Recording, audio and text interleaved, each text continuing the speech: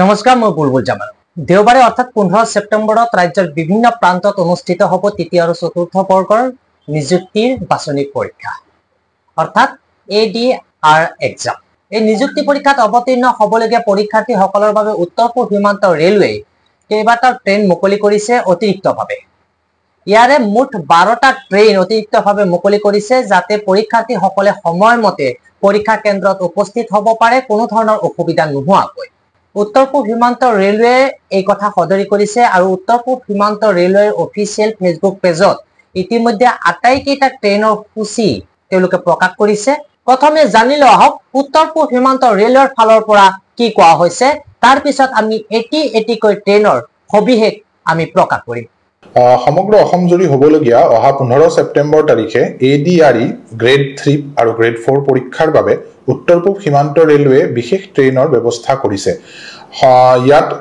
মুঠতে 12খন special train আৰু লগতে চলি থকা 2খন ট্ৰেইনক এক্সটেণ্ড কৰা হৈছে। এই 12খন স্পেচিয়েল ট্ৰেইনত আলিপুৰদুৱাৰৰ পৰা গুৱাহাটী, আলিপুৰদুৱাৰৰ পৰা বঙাইগাঁও, মৰিয়নিৰ পৰা নাৰেংগী, হৈবৰগাঁৱৰ পৰা গুৱাহাটী, কৰিমগঞ্জৰ পৰা শিলচৰলৈ 2খন গাড়ী, ডিব্ৰুগড়ৰ পৰা লিডো,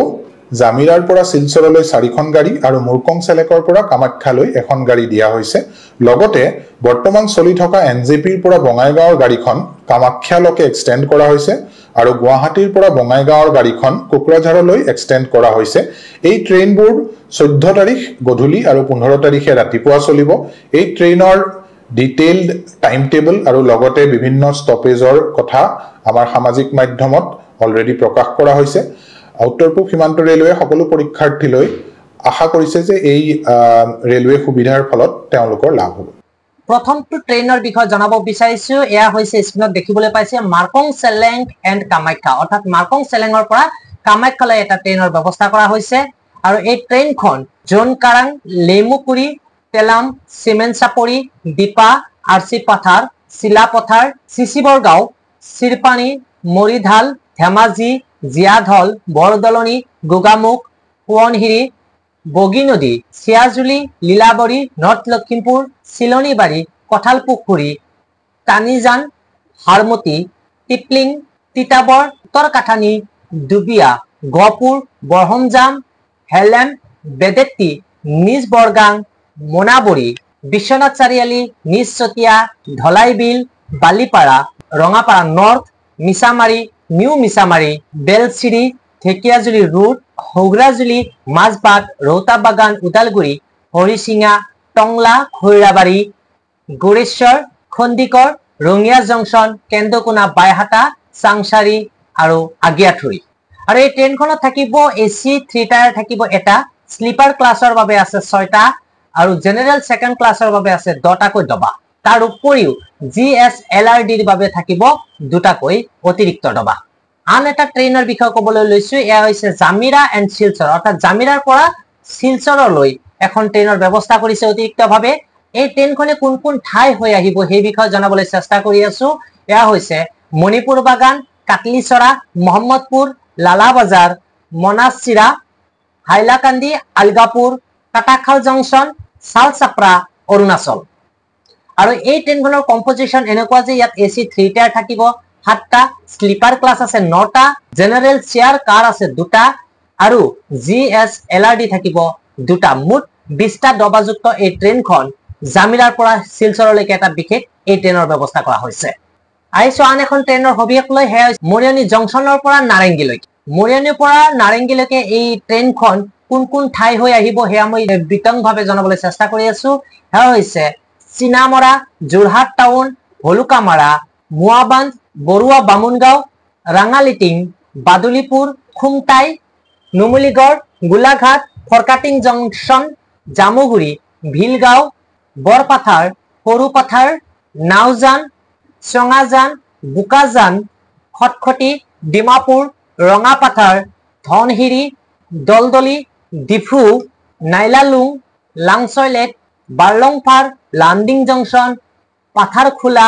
লামচাখাং,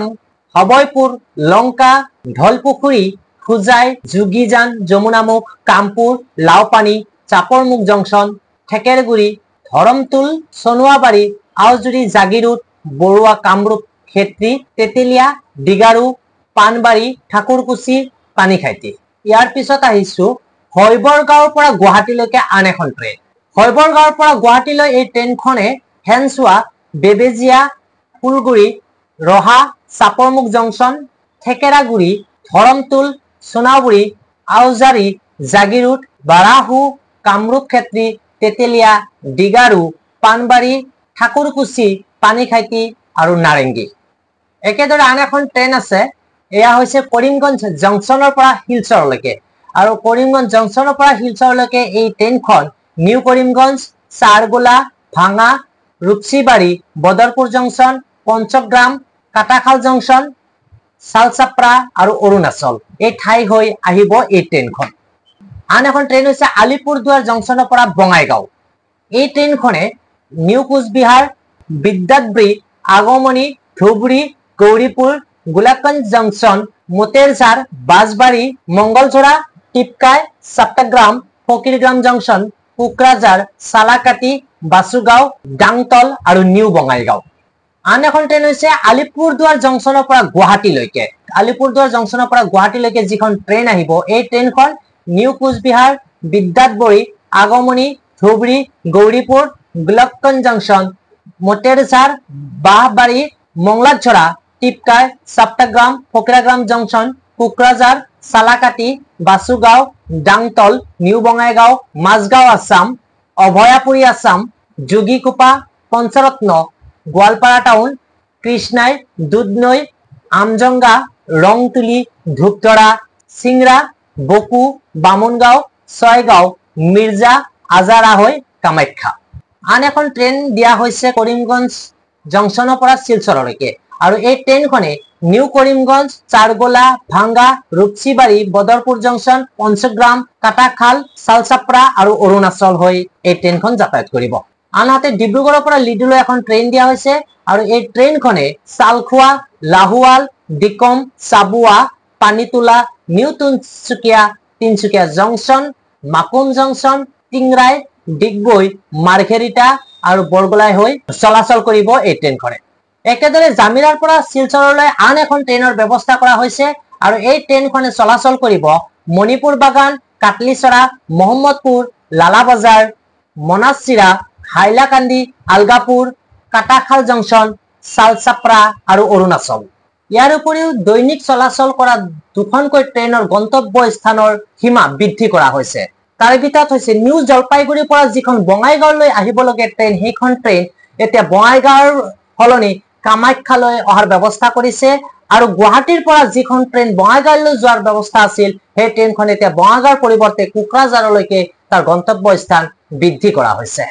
এনেকৈ মুঠ 12টাকৈ ট্ৰেইন নিযুক্তি পৰীক্ষাত অৱতীৰ্ণ হ'বলগীয়া পৰীক্ষাৰ্থীসকলৰ সুবিধাৰ্থে উত্তৰ পূব সীমান্ত ৰেলৱে এই ব্যৱস্থা হাতত লৈছে